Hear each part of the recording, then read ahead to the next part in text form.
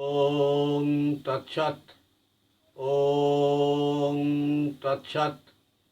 ওং তৎসৎ। শ্রী শ্রী নিগমানন্দ কথামৃত তৃতীয় খণ্ড।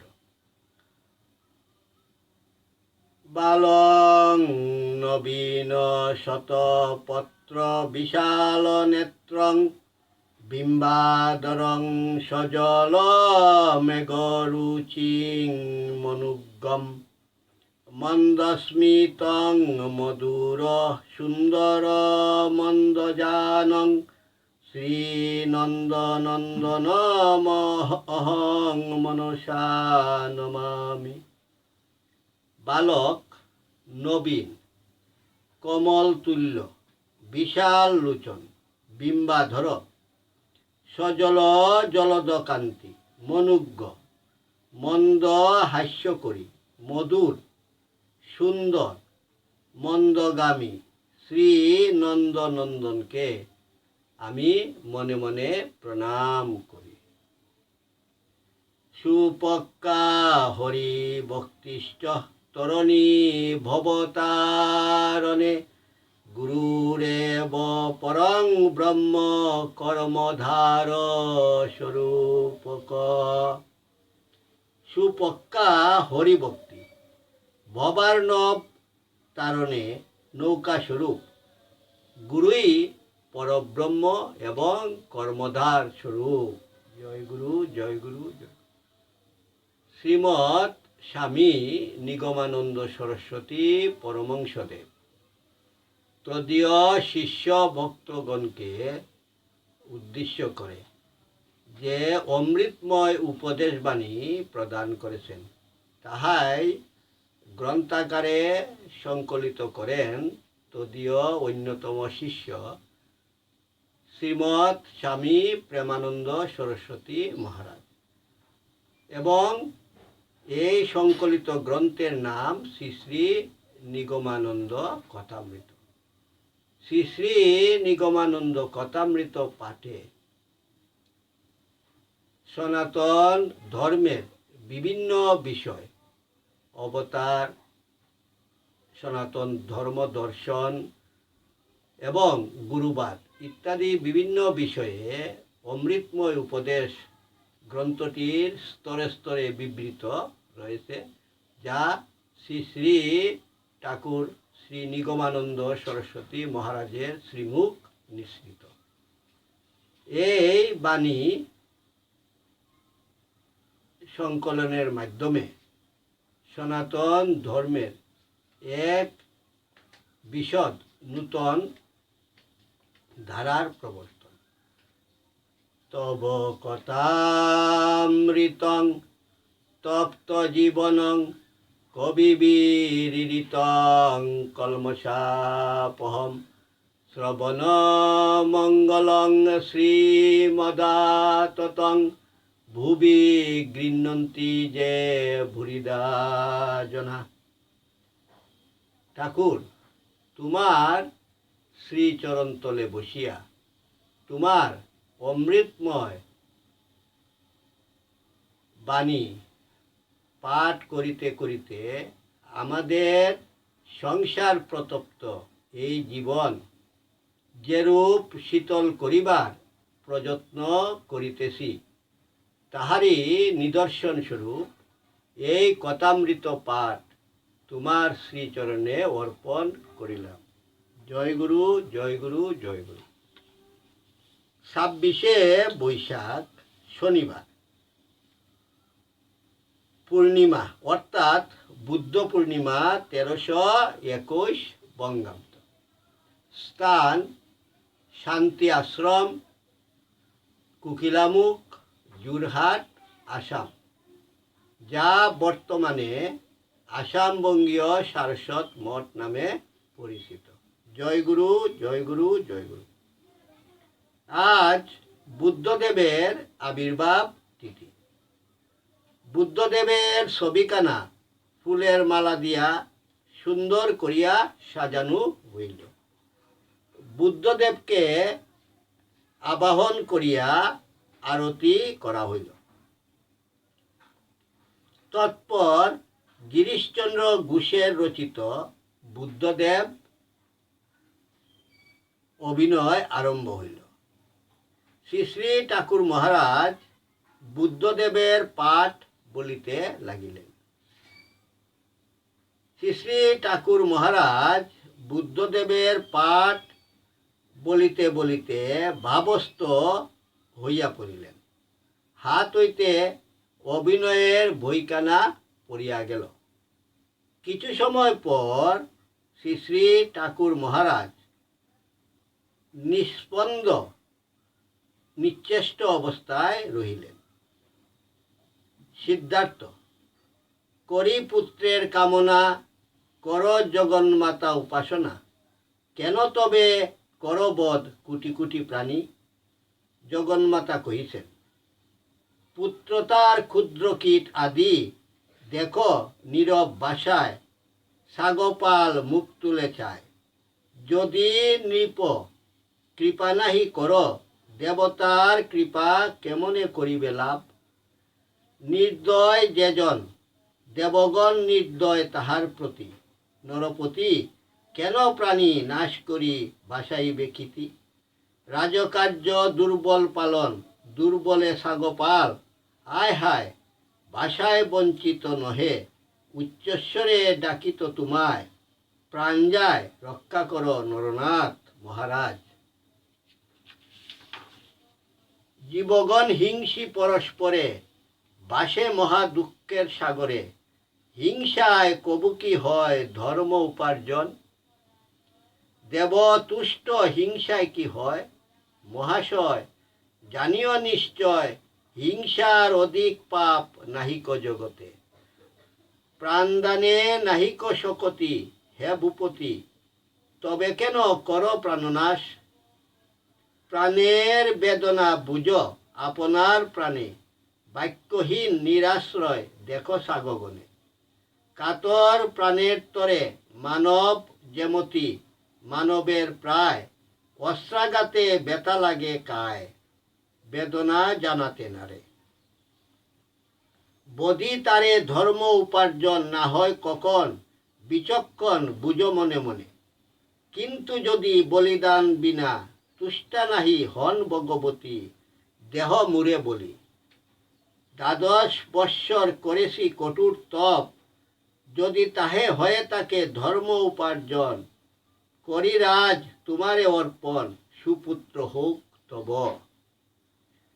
যদি তব তাকে কোনো পাপ, পুত্র বিনা যার হেতু পেতেছ সন্তাপ, ইচ্ছায় সে পাপ আমি করিব গ্রহণ, বদরাজা আমার জীবন।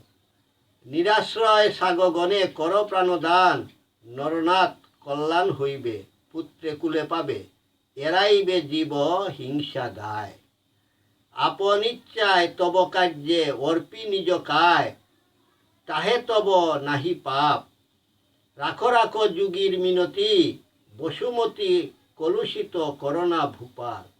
স্বার্থ হেতু করোনা হে কোটি প্রাণী বধ, কোথায় ঘাতক রাজকার্যে বধমুরে। আজ আকাশ বেশ পরিষ্কার, চন্দ্রের কিরণে জগৎ উদ্ভাসিত, প্রকৃতি হাস্যময়ী। শ্রী শ্রী ঠাকুর মহারাজ সন্ধ্যার পর পুষ্করিণীর পারে বেড়াইতে লাগিলেন। সঙ্গে সতীশ দাদা ছিলেন। ধর্ম সম্পর্কে অনেক রকম আলোচনা হইল। সন্ধ্যার পূর্বে শ্রী সম্প্রদায়ের 16 জন সাধু শ্রী শ্রী ঠাকুর মহারাজকে দর্শন করিতে আসিয়াছেন। তাহারা পরশুরাম তীর্থ দর্শন করিয়া এখন দেশে ফিরিয়া চলিয়াছেন। 30 বৈশাখ বুধবার 1321 বঙ্গাব্দ। সান্ধ্য সমীরণ সেবনান্তে শ্রী শ্রী ঠাকুর মহারাজ গৌরাঙ্গ গড়ের বারান্দায় আসিয়া বসিলেন এবং নানা প্রকার গল্প করিতে লাগিলেন। আরতির পর শ্রী শ্রী ঠাকুর মহারাজ তাহার ঘরে গিয়া বসিলেন। শিষ্যগণ শ্রী শ্রী ঠাকুর মহারাজকে প্রণাম করিয়া শ্রী শ্রী ঠাকুর মহারাজের ঘরেই বসিলেন। স্বামী ভূতানন্দজি শ্রী শ্রী ঠাকুর মহারাজকে জিজ্ঞাসা করিলেন, চিদানন্দ রূপ শিব অহং এর অর্থ কি? শ্রী শ্রী ঠাকুর মহারাজ বলিতেছেন, জ্ঞানেতে শিবহং, আমি পরব্রহ্ম বা পরমাত্মা স্বরূপ শিব বুঝায়। আর ভাবেতে হরগৌরী ধরিয়া লইতে পারো।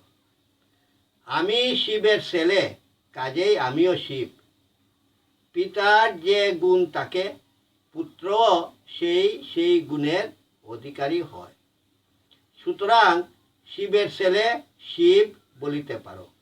তোমার পক্ষে এ ভাবি ভালো, কেননা তুমি বাবা মা ধরিয়াছ।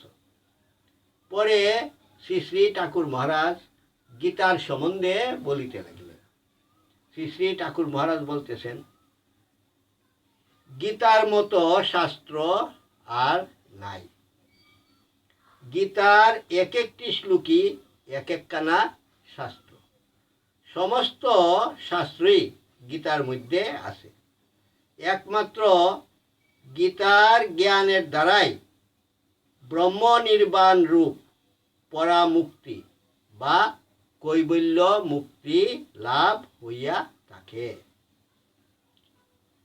সাহেবেরা গীতার ব্যাখ্যা করিতে গিয়া কৃষ্ণকে নিন্দা করিয়া লিখিয়াছে, পাণ্ডবদিগের যুদ্ধ করিতে ইচ্ছা ছিল না।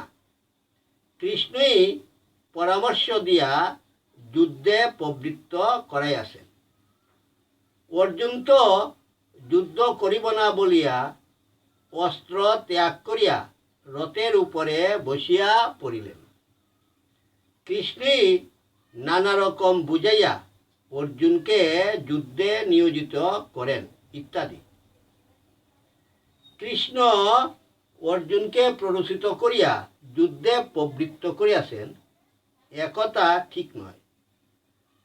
ক্ষাত্র ধর্ম অনুসারে অর্জুন যুদ্ধে প্রবৃত্ত হইয়াছেন, কিন্তু যুদ্ধে প্রবৃত্ত হইয়াও নানা প্রকার সন্দেহ উপস্থিত হওয়ায় অর্জুন যুদ্ধ হইতে প্রতিনিবৃত্ত হইতে চাহিতেছেন।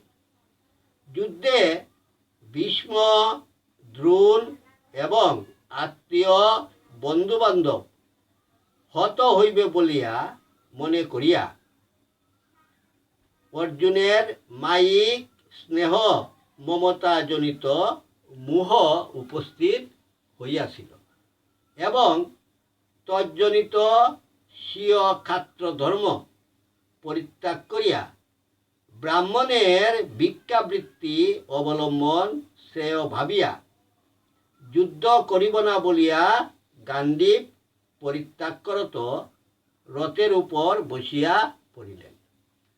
অর্জুন রথের উপর বসিয়া পড়িলেন বটে, কিন্তু তাহার হৃদয়ে তুমুল আলোড়ন এবং দ্বন্দ্ব উপস্থিত হইল। যুদ্ধ করাই শ্রেয় না ব্রাহ্মণের ভিক্ষাবৃত্তি অবলম্বনই শ্রেয়?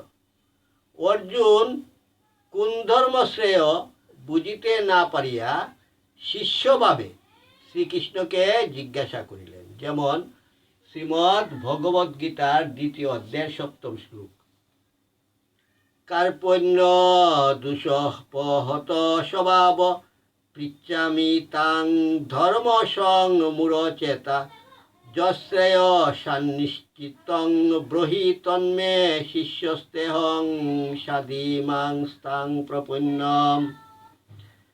স্বার্থবন্ধতা প্রযুক্ত কার্পণ্য দোষে আমার চিত্ত মলিন হইয়াছে। আমার চিত্তে ধর্ম ও অধর্মের পার্থক্যজনিত বিবেক প্রকাশ পাইতেছে না। আমি তোমাকে জিজ্ঞাসা করিতেছি, আমার পক্ষে যাহা নিশ্চিত শ্রেয় তাহা আমাকে বলো। আমি তোমার শিষ্য হইলাম, শরণাগত আমাকে সৎ উপদেশ প্রদান করো। ভগবান শ্রীকৃষ্ণ বুঝিলেন অধ্যাত্ম তত্ত্বের উপদেশ ভিন্ন, অর্জুনের অজ্ঞানজনিত মোহ দূর করা সম্ভবপর নয়। তাই তিনি অধ্যাত্ম তত্ত্বের উপদেশ আরম্ভ করিলেন, বিশেষত ধর্ম সংস্থাপন রূপ যে প্রধান উদ্দেশ্যে ভগবান অবতার গ্রহণ করেন, যে যুগ জ্ঞান কালক্রমে বিলুপ্ত হইতে বসিয়াছিল, অর্জুনকে অবলম্বন করিয়া সেই অধ্যাত্ম তত্ত্ব পুনরায় প্রতিষ্ঠা করিলেন। শ্রীকৃষ্ণ অর্জুনকে প্ররোচিত করিয়া যুদ্ধে প্রবর্তিত করেন নাই। অর্জুনের মোহ অপনুদনের জন্য সর্বপ্রকার উপদেশ দিয়া পরে শ্রী ভগবান অর্জুনকে বলিলেন, শ্রীমদ্ ভগবদ্ গীতার ৮ অধ্যায়ের ৬৩তম শ্লোকে, ইতি তে জ্ঞানমাখ্যাতং গুহ্যতরং ময়া বিমস্যৈতৎশেষেন যতেচ্ছসি তথা কুরু।